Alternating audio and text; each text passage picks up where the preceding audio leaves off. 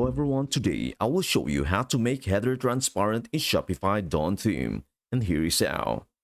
Okay, so from your Shopify admin, you want to scroll down to the online store section and then click on themes.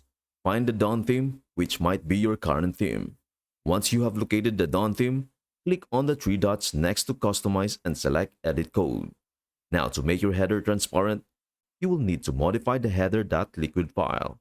So all you need to do is navigate to the header.liquid file. To do that, click on Search Files in the code editor and type header. You will see the header.liquid file right there. Click on header.liquid to open it. Make sure it is selected at the top.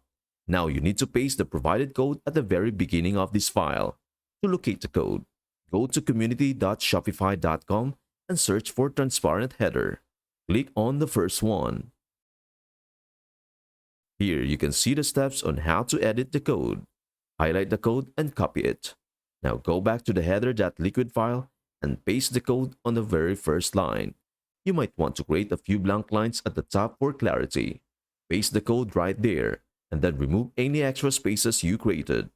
Once you've done that, click Save at the top right corner. Your changes are now saved. With this, your header will be transparent in the Shopify Dawn theme.